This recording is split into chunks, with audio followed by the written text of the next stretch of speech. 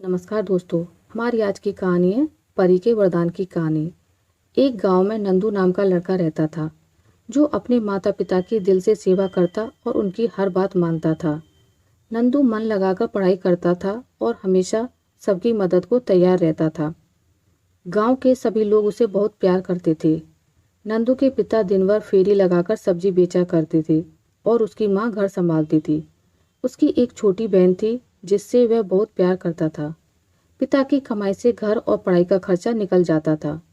School जाने से पहले नंदू सुबह सारी सब्जियां धोकर ठेली पर सजा देता था, जिससे उसके पिता को मदद मिल जाती थी। एक दिन उसके पिता बारिश में भीग गए और बीमार पड़ गए। फिर एक दिन अचानक उनकी मृत्यु हो गई। इस हादसे से पूरा परिवार हिल गया। घर में सभी पैसे पैसे के लिए मोहताज हो गए। नंदू की माँ की तबीयत भी खराब रहने लगी। नंदू समझ नहीं पा रहा था कि कैसे वह परिवार की मदद करे। नंदू ठेली लगाना तो चाहता था, लेकिन अभी वह सिर्फ 8 साल का था। इतनी कम उम्र में वह इस काम को नहीं संभाल सकता था। नंदू ने अपनी माँ से रामायण महाभारत साथ साथ देवीय चमत्कार की कहानियाँ सुनी थी। उसके मन में विचार आया कि भगवान तो सभी की मदद करते हैं, उसकी भी जरूर करेंगे। ये सोचकर एक दिन तड़के ही वह मंदिर पहुंच गया। उसने वहां जाकर हाथ जोड़ा और बोला, भगवान मैं छोटा बालक हूँ, पूजा करना नहीं जानता, लेकिन तुमसे विनती करता हूँ कि रास्ता दिखाओ। इस तरह नंदू स्कूल जाने के क्रम में नियम से रोज मंदिर जाता और भगवान से विनती करता। इस तरह करते करते उसे कई महीने गुजर गए। इस दौरान ना तो भगवान ने दर्शन दिए और ना ही परेशानी दूर हुई। कभी कभी नंदू निराश हो जाता कि उसे पूजा करना नहीं आता, इसलिए भगवान दर्शन नहीं दे रहे, वरना वह तो सबकी मदद करते हैं। फिर भी उसने मंदिर जाना और पूजा करना नहीं छोड़ा। आखिरकार एक दिन देवी माँ को उस नन्हे भक्त पर दया आ गई। एक दिन जब नंदू बिस्तर पर गहरी नींद में सोया था, उसे लगा आकाश से एक तेज रोशनी आ रही है और पूरा कमरा रोशनी से भर गया। कुछ देर बाद उस रोशनी से हाथ में छड़ी लिए नन्ही परी निकली, जो बिल्कुल वैसी ही थी जैसा उसने किताबों में पढ़ा था। नंदू को यकीन नहीं हो रहा था। वह भौचक्का सा बस उसे देखे ही जा रहा था।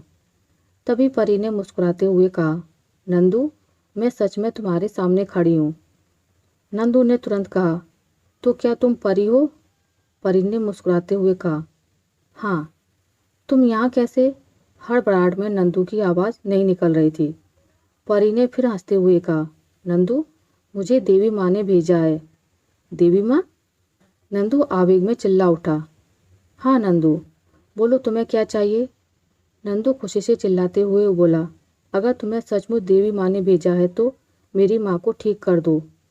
परी बोली, ठीक है नंदू, कल तक तुम्हारी माँ ठीक हो जाएगी। लेकिन मैं तो तुम्हें वरदान देने आई थी, तुमने अपने लिए कुछ मांगा ही नहीं। नंदू बोला, मेरी माँ ठीक होगी तो पूरे परिवार की देखभाल कर लेगी। बच्चों पर पहला अधिकार माँ का होता है, इसलिए मैंने माँ के लिए मांगा। परी खुश होकर बोली, नंदू, तुम बहुत अच्छे हो, तुम मुझसे एक और वरदान मांग सकते हो। इस पर नंदू बोला, परी, मुझे ऐसा वरदान दो कि मैं बड़ा होकर अच्छे रास्ते पर चल सकूं। परी ने खुश होते हुए नंदू को एक अंगूठी दी और बोली, इसे पहनकर जो मांगोगे वो मुराद पूरी होगी, लेकिन जिस दिन गलत काम के लिए इस अंगूठी का इस्तेमाल करोगे तो इसकी शक्ति खत्म हो जाएगी। एक बात और, इस अंगूठी का जिक्र किसी से न करना, वरना गायब हो जाएगी। ऐसा कहकर परी वहां से चली गई। सुबह उठकर जब नंदू ने देखा तो अंगूठी उसकी उंगली में मौजूद थी। उसने देखा कि माँ पूरी तरह से ठीक हो चुकी है और घर के काम कर रही है। वह अपनी माँ को सारी बात बताना चाहता था, लेकिन फिर परी की बात याद आ गई और वह चुप हो गया। मेहनत के बल पर अब उसका परिवार सुख से रहने लगा। इंसान को लालच कभी नहीं करना चाहिए। कर्म पर विश्वास करने वाले लोगों के लिए कुछ भी असंभव नहीं होता। आशा करती हूँ आपको मेरी आज की कहानी अच्छी लगी होगी। अगर आपको मेरी कहानी अच्छी लगी है तो इसे लाइक करें, ज़्यादा से ज़्यादा शेयर करें, और अगर आप मेरे चैनल पर नए हैं तो इसे सब्सक्राइब करना ना भूलें। मिलते हैं एक नई कहानी के साथ, तब तक के लिए नमस्कार।